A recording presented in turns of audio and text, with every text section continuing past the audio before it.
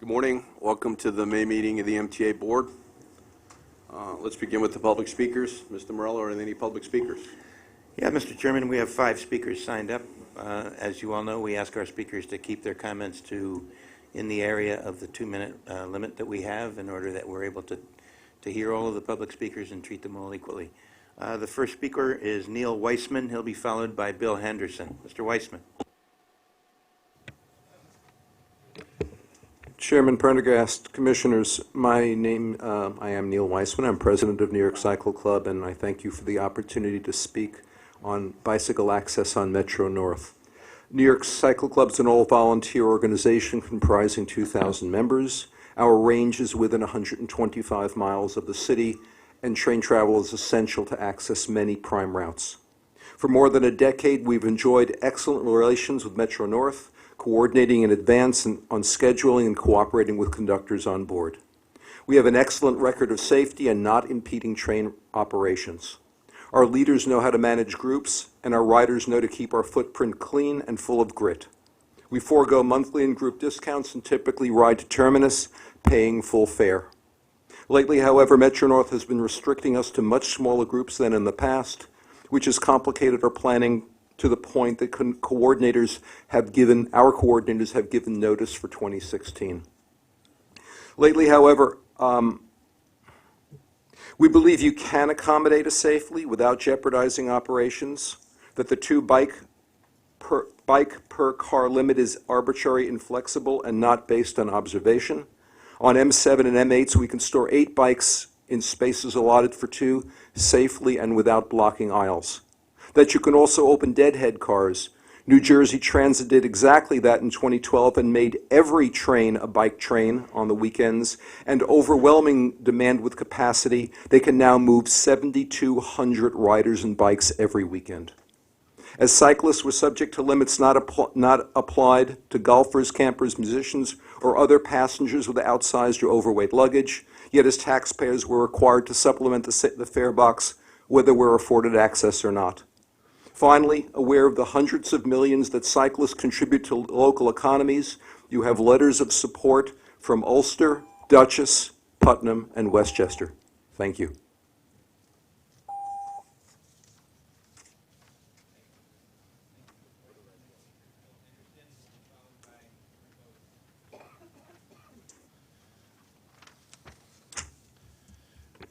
Good morning. Today, the board is considering modifications to the scope of a consulting service contract for the design of new R211 cars. This equipment is critical to maintain the reliability of the system and to enhance the rider's experience, but there's something missing here. And it's certainly no secret to all of you. The capital program that will provide the funding for building these cars remains an unapproved proposal. On behalf of the riders, I want to thank those board members and the operating agency leadership who have sought to maintain public focus on the need to approve the MTA's capital program. The MTA system is straining under record ridership and evolving service demands. And this week at the NYC Transit Committee, we heard a presentation where Transit presented its plan to cope in the short term with issues that have degraded performance on 3 lines. However, for the long-term health of the MTA and its agencies and the ability of the system to support the economy and quality of life in this region,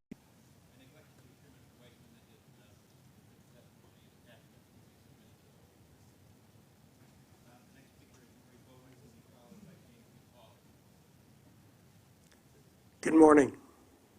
This morning I was at the Safety Committee meeting.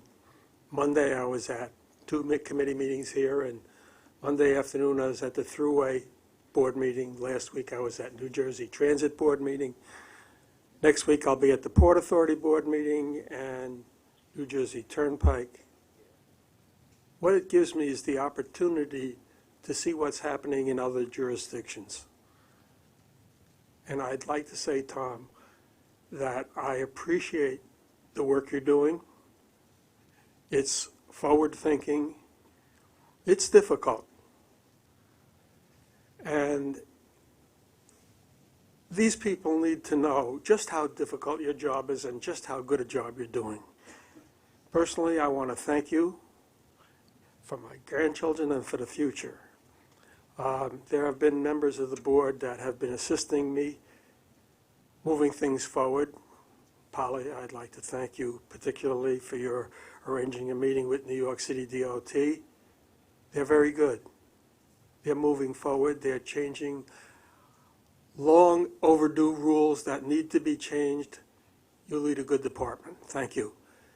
And I appreciate this opportunity to at least make it publicly known just how difficult it is to run this and how well you're running it. And I appreciate it. Thank you.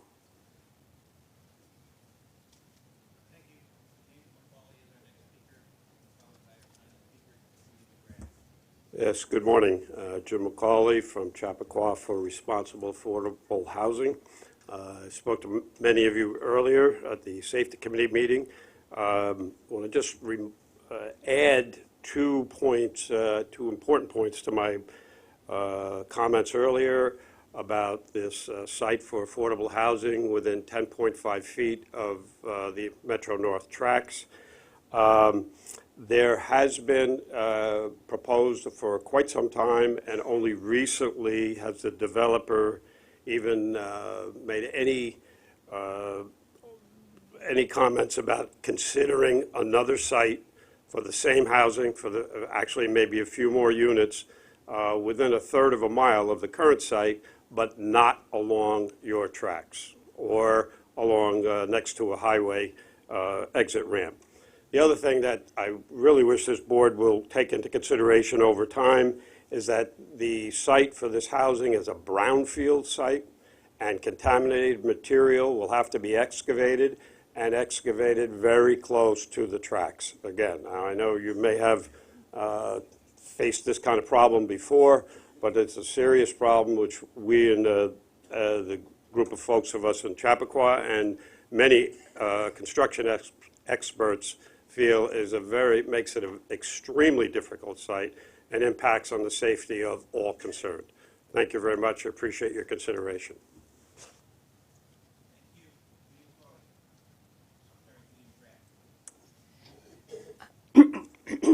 Good morning. My name is Judy McGrath. I'm also from Chappaqua. I'm also a member of the same group that Jim is involved with, and I support his comments. But I come to you today, as I spoke earlier this morning to the earlier meeting, because I'd like to thank you for the attention that you've given to the safety issues at the Roaring Brook Road Railroad grade crossing that's on the Harlem line. As you know, this crossing is a busy crossing in our Chappaqua community, and it is on one of the main roads to our high school. In the last few months, you have worked closely with DOT and our town officials and other individuals to come up with a plan for safety improvements at this crossing. I want to thank you for all this work that you have done and tell you how encouraged we are in our community that this work is going to be done on the weekend of May 29th. I'd like to encourage you to continue to monitor the safety of this crossing and to make any additional improvements as you see necessary going forward. Thank you again.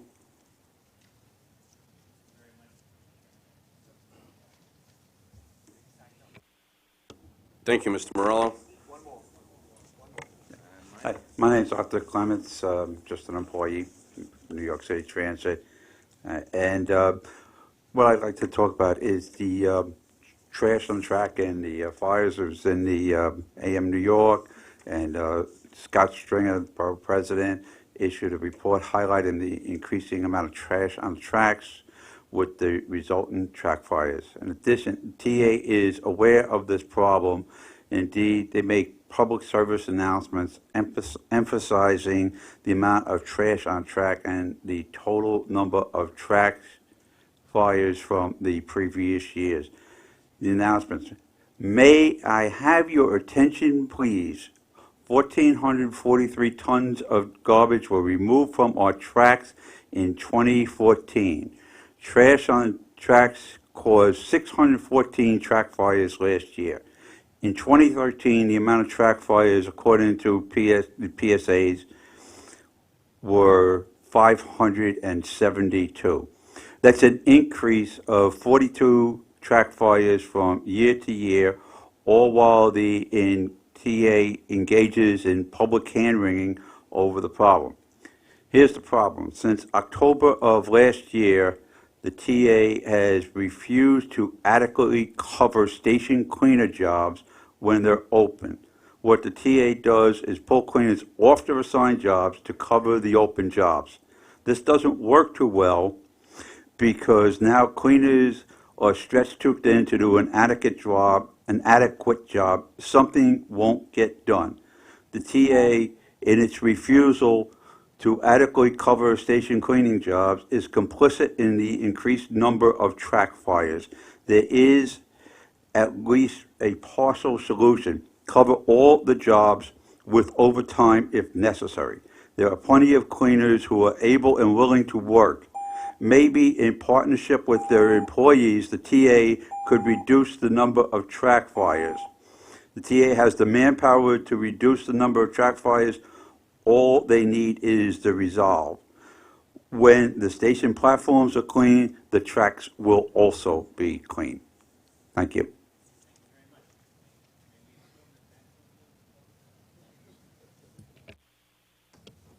Thank you, Mr. Morello. The minutes of the last meeting have been distributed to all members. Are there any corrections or omissions? If not, I have a motion to move. Second? Any comments or questions? All in favor? Aye. The board is also meeting today as the board of the First Mutual Transportation Assurance Company. The annual financial statement and other materials were presented at the Finance Committee meeting and are available online. I'll now turn the floor over to Mr. Saul, who chairs the Finance Committee. Thank you, Tom.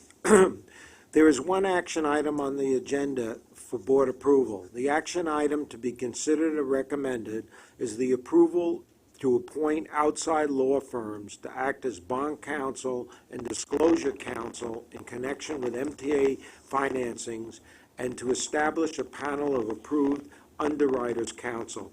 The committee recommends this action item, and I move it. Any comments or questions?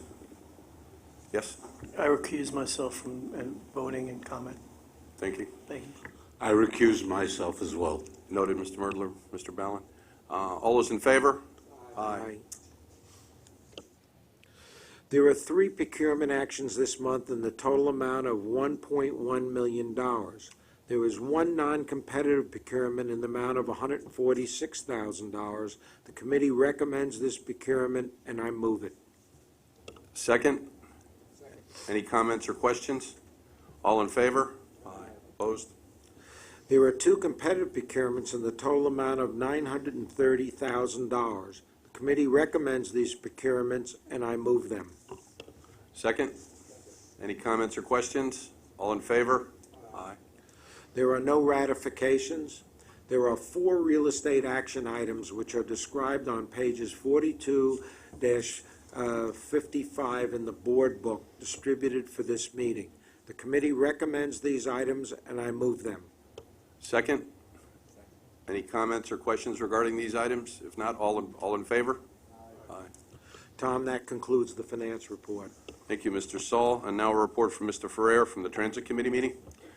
Thank you, Mr. Chairman. The Transit and Bus Committee met on Monday and reports the following. There is 1 action item for board approval. It will be found on page 56. The action item is to be recommended is the authorization to enter into an access and work agreement for 1066 3rd Avenue for the 2nd Avenue Subway project in a not-to-exceed amount of $71,000. The committee recommends this action item, and I move it. Any comments or questions? All in favor? Aye. There are 15 procurement actions this month in the total amount of $83.8 million, and they're to be found beginning on page 58. There are 3 non-competitive procurements for MTA New York City Transit in the amount of $22.4 million. The committee recommends these procurements, and I move them. Second? Any comments or questions? Yeah. Yes, Mr. Ballin? I'd like to recuse from A1 and F7, please. So noted. All in favor? Aye. There are 11 competitive procurements in the total amount of $57.8 million for New York City Transit. The committee recommends these procurements, and I move them. Second? Any comments or questions? All in favor? Aye. There is one ratification for MTA Capital Construction in the amount of $3.6 million, and committee recommends this procurement, and I move it. Second. Any comments or questions? All in favor? Aye. And that concludes the Transit and Bus Committee report, Mr. Chairman. Thank you, Mr. Ferrer. Mrs. Metzger will chair the, and comment on Metro North Board Committee this month. Good morning, Mr. Chairman. The Metro North Railroad Committee met this month and reports the following. There is one action item for the board's approval. The action item for consideration and approval is the Memorandum of Agreement between Metro North Railroad and the City of Newburgh for reimbursement of the ferry landing and parking lease. The committee recommends this item. I'm pleased to move it. Second. Any comments or questions? All in favor? Aye. There are 11 procurement items in the total amount of $21.2 million. There are 3 non-competitive procurements in the total amount of $317,000. The committee recommends these procurements, and I move them. Second. Any comments or questions? Mr. Ballin. I'd like to recuse from H3, please. So noted. All in favor? Aye. There are 5 competitive procurements in the amount of $20.3 million. The committee recommends these procurements, and I move them. Second. Any comments or questions? All in favor? Aye. There are 3 ratifications in the amount of $527,000. The committee recommends these ratifications, and I move them. Second. Any comments or questions? All in favor? Mr. Chairman, this concludes the Metro North Committee report. Thank you very much, Ms. Metzger. Mr. Pally, Chair of the Long Island Committee. Good morning, Mr. Chairman. The Long Island Railroad Committee met this month, and I report the following. There are 2 procurement items in the amount of $20.5 million. There are no non-competitive procurements. There is 1 competitive procurement for the Long Island Railroad in the total amount of $14.8 million. The committee recommends this procurement, and I move it. Second. Any comments or questions? All in favor? There is 1 ratification for MTA Capital Construction in the total amount of $5.6 million. The committee recommends this procurement, and I move it. Second. Any comments or questions? All in favor? Aye. This concludes the report of the Long Island Railroad Committee. Thank you, Mr. Pally. Mr. Alan Capelli, Chair of the Bridge and Tunnel Committee. Mr. Chairman, Bridges and Tunnels Committee met this month. There are 3 procurement actions this month in the total amount of $3.918 million. There are no non-competitive procurements. There are 3 competitive procurements in the total amount of $3.918 million. The committee members who were present at the committee meeting considered and voted in favor of the action items, although a quorum was not present. Therefore, I move the board approve these procurement items. Second. Any comments or questions? All in favor? Aye. There are no ratifications, and this concludes Bridges and Tunnels Committee report. That concludes the formal agenda for the May board meeting. I may now have a motion to adjourn the meeting. Second. All in favor? Aye. Meeting is adjourned.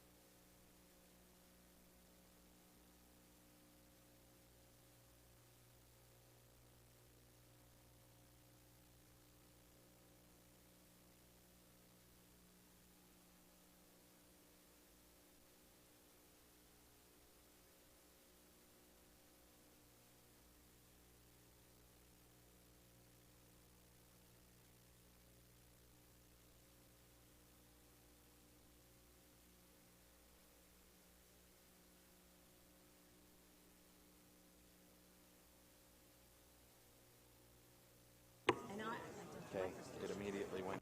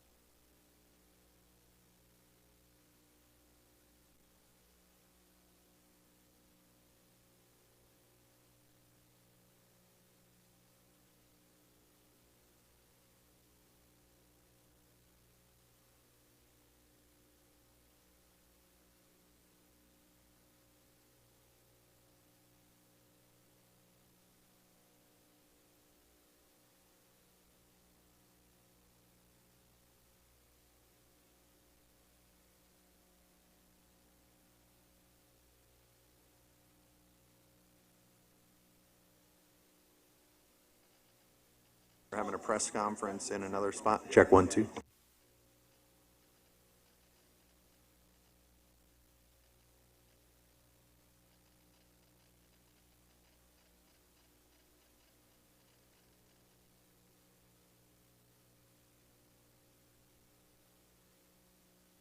For reporters asking questions, please remember to use the mic so people watching the live stream elsewhere can hear your question. You look different, Patrick. Almost as good as the answer. Patrick Nowakowski. Yes, Andrew? Tom, excuse me, if we can be quiet, the reporters have want an opportunity to ask some questions, please. Thank you. Go ahead, Andrew. question about positive train control, which has been very much in the news following the Amtrak derailment. Where are you now on getting it up and running? And if it's not done by the end of the year, are you concerned about the safety message that sends? Well, first of all, we've committed to installing positive train control at both commuter railroads as soon as possible. One of the interesting developments over the past 2 months was the loan we received from the RIF loan from the FRA, which will enable us to install it and save quite a bit of money in terms of the borrowing we would have to do if we didn't have that.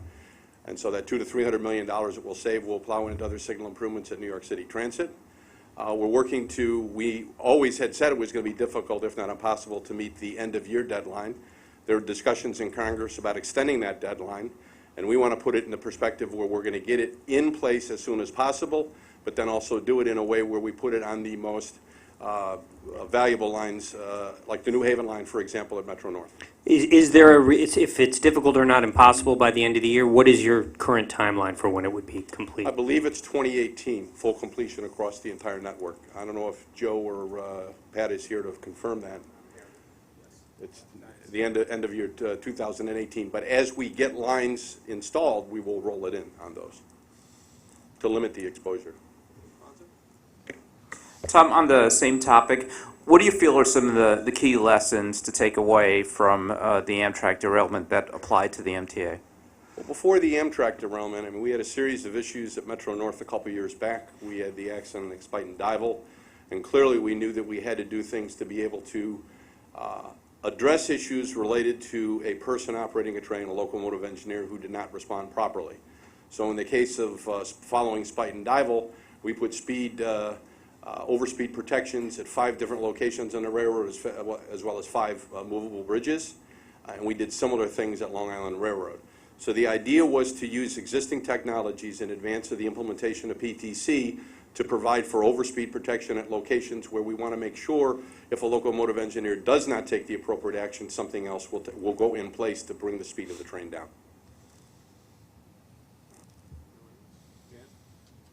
I wanted to ask about the 7 train extension with the third quarter completion date. It's almost 2 years after Mayor Bloomberg's inaugural ride.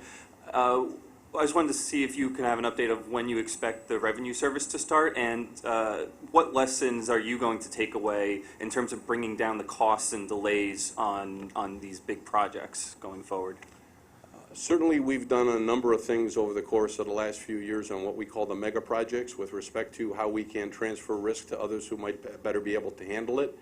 So all the lessons we can learn from the mega projects, whether they be 7 West, 2nd Avenue, or East Side access going forward in the next program we would provide for. Even the independent engineer outlined as long as 18 months ago the challenges associated with testing and commissioning of these complex systems that we have on these lines as they're being built. And we're going to use that in an informative way also to set an appropriate schedule as to when we're going to open up for revenue service. I have a question about the Staten Island Railway. As the ferry expands service later this year and the Staten Island Railway doubles its overnight service, are there concerns about safety on the tracks, late night safety on the tracks, and is that being considered when you're talking about adding staff to meet safety on the tracks in terms of the right-of-way, or safety with respect to security on board Sertoa? with respect to security for? Well, that's an ongoing concern with respect to whenever we operate. So, you know, whether they're going to extend service or not. If they extend service into the night and provide more frequent service, there are going to be more people that are going to be availing themselves of that service. That affects us in 2 ways.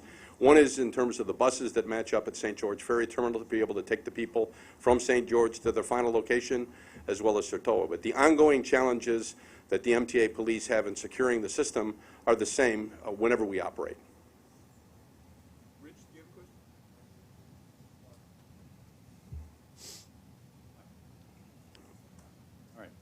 Okay, so I'm new to microphones. What can I tell you? So if you don't fill the capital budget gap, what goes first? Well, first of all, we've got an ongoing dialogue. We're continuing discussions with all the appropriate parties, probably less so with the federal government, but certainly with the state and local governments and the other concerned stakeholders regarding the importance of the program.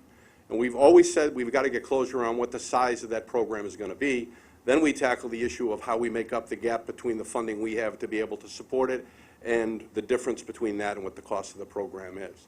So it's premature to talk about what falls off the table, because right now we're still entering into it with the understanding that we're going to get a fully funded program.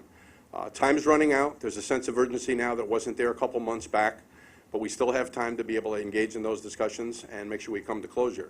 I've said many times why I came back to New York is we always get a capital program in the end. I'm confident we'll get one this time. You get any sense of movement, even glacial? Absolutely. I mean, there's a focus on the fact that, you know, the legislature needs to get some business done before it goes home. Certainly the Capital Program Review Board and its relationship to approving the program plan is there. And so those discussions will continue to be ongoing. But no, I'm still heartened that we'll be able to get there. Hey, Tom, as a follow-up to the earlier question about what the Metro North and Long Island Railroad did after Spite and Dival, after the Amtrak crash, is the MTA in response to that crash going to be reviewing other areas in the commuter lines that might need additional protections at curves or bridges? And are those types of protections in place on the New York City Transit subway system at curves? Are the could you walk us through sure, what types of... let's deal with commuter rail first, then I'll come back to New York City Transit. I know for a fact, because I have close relationships with all the agency heads, whether it's Pat Nowakowski, Carmen Bianco, or Joe Giletti, the trains were hit possibly with rocks, debris, 3 trains in that area. Do you have a similar problem on any routes on MTA? Is that something you've examined? I've yet to work at a public transportation system where the vehicles it operates don't at certain points in time be the subject of projectiles thrown at them, whether it be buses or trains. On our system, if we have high-profile locations where the MTA police are responsible for the enforcement, they go. Dialogue on the capital plan. A couple of weeks ago, you sent a letter to city officials asking for a fairly large increase in their contribution. Have you had any specific discussions with city officials regarding that? Once again, an ongoing dialogue. We've said from the start, there are 4 parties we need to be able to have a very engaged dialogue because they need to support the financial aspects of the capital program. The federal government, the state, the city, and then those directly and indirectly benefiting from the system. The dialogue with the federal government will be probably a longer dialogue because of the current state of affairs at a federal level. There has been an ongoing dialogue with the state, ongoing dialogue with the city. We have a very close relationship with New York City DOT, and one of our board members is the commissioner of DOT, and we're in alignment on the priorities and the objectives, what we need to do. And one of the things we do need to do is ask for additional funding from them, because some of the things we have to deal with directly relate to benefits that the city and the subway system sees. Unfunded mandates in the form of access with disabilities, ADA, access for people mobility limited, as well as other things related to the city, paratransit services, the like. Okay, thank you all very much. Thank you.